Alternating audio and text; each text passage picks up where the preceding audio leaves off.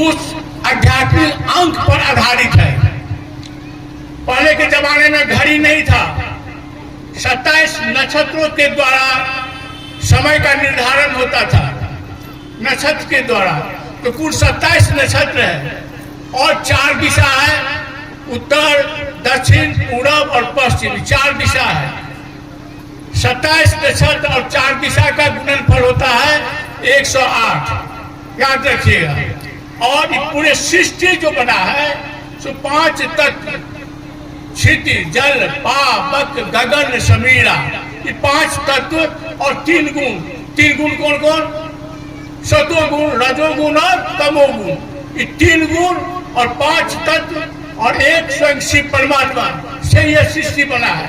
तो 5 तत्व, एक शिव और 3 गुण, कुल मिलाकर के होता है 8। यही 8 से 108 में भाग देते हैं तो शेष बचता है 12। हो गया ना? 108 भागा 8 तो बचेगा कितना? 12। इसीलिए 12 तारे का रुद्राक्ष पहना जाता है। और 12 ज्योतिर्लिंग है, 12 राशि है और 12 महीना है, इसीलिए 12 अंक बहुत महत्वपूर्ण है। आइए अब दूसरी चीज ऐसा है कि जागर जागर महादेव क्यों करते हैं।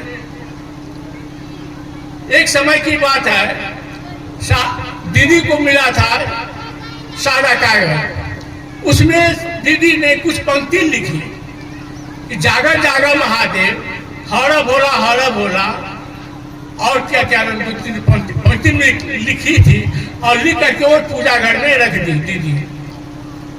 सवेरे में उसमें देखा गया कि जागर जागर महादेव पर लाल का निशान लगा हुआ था। उससे पहले एक बहुत करीबी आदमी था साहब का, हरि काका, वो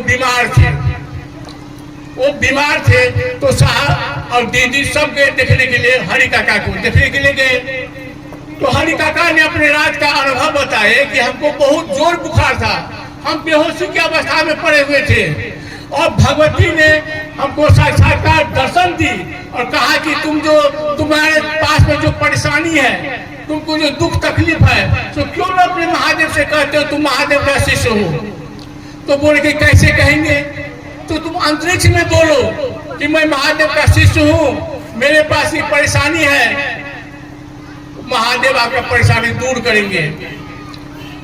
साहब को आश्चर्यचकित हो गया। वो कहे कि हरि काका का यह बेजोड़ अनुभूति है, आज से जो भी शिव को अपना गुरु बनाएगा, जो भी शिव को अपना गुरु बनाएगा, उसको अंतरिक्ष में घोषणा किया जाएगा। अब किस चीज से घोषणा किया जाएगा? तो दीदी को लाल निशान लगा हुआ था जागर जागर महादेव, तो जागर जागर महादेव से अंतरिक्ष को घोषणा किया जाएगा। इस साहब ने निर्णय किए कि आज से जो शिव का शिष्य बनेगा उसकी सूचना अंतरिक्ष को दी जाएगी जागर जागर महादेव के संप्रेषण से। अब जागर जागर महादेव का यह अर्थ नहीं है कि वो महादेव सदा के सोए हुए हैं। यदि महादेव सो जाए तो सृष्टि चलेगा, हम अब जिंदा रहेंगे, पूरा सृष्टि लय हो जाएगा। हमारे आपके अंदर में जो महादेव है ना महादेव, इसी के लिए हम जिंदा है, सांस लेते हैं, दिल धड़कता है। जब तक वो महादेव है तभी तक हम हैं। महादेव नहीं है तो हम नहीं है। लेकिन हमारा ज्ञान, हमारा समझ उस महादेव को नहीं पकड़ रहा है। वो महादेव को हम सुसुप्त अवस्था में हो गया है। लोग जान रहा है कि सब जगत जानता है कि महादेव सोया हुआ है और हम ही तो जगे हुए हैं। जगत को क्या ज्ञान है कि महादेव सोया हुआ है और हम जगे हुए हैं। लेकिन वास्तविकता यही है कि हम सोए हुए हैं, पूरा जगत सोया हुआ है और महादेव सिर्फ जगा हुआ है। तो हमारा आपका जो मन नहीं समझता है कि महादेव क्या है, महादेव जो हमारे आपके सीने में, हमारे दिल में धड़कता है, वो महादेव सुसुप्त अवस्था है। उसका शिव भाव जो है, कल्याणकारी भाव जो है, उसका प्रकटीकरण के लिए हम आप कहते हैं कि जागर जागर महादेव और कुछ नहीं है।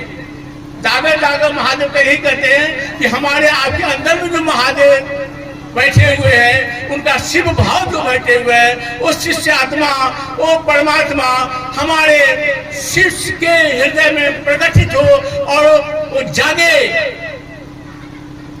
हमारे आपके शिष्य भाव में जो शिव भाव में अंकुरित कर दे, हम आप जो जीव भाव में जी रहे हैं उसको शिव भाव में अंकुरित कर दे।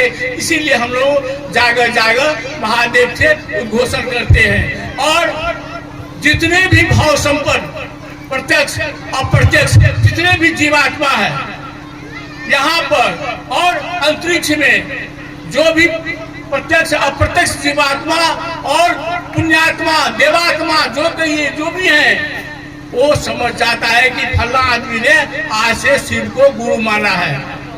जो ही घोषणा होता है जागा जागा महादेव फला अमुक आदमी ने शिव को अपना गुरु माना है, तो सारे देवतागण साकंश हो जाता है, अदृश्य आत्मा साकंश हो जाता है। अरे ये तो शिव का शिष्य बन गया है। अब वो चाहता है कि आपका सहायता करे, आपको पल प्रतिपल आप पर वो सहायता करते हैं। देखिए आप चलिएगा तब, ईमानदारी से गुरु का काम करिएगा तब वो जितने भी हैं सब आपका सहायता करेंगे। आइए इन्हीं बाणी के साथ आप सबके चरण कमल में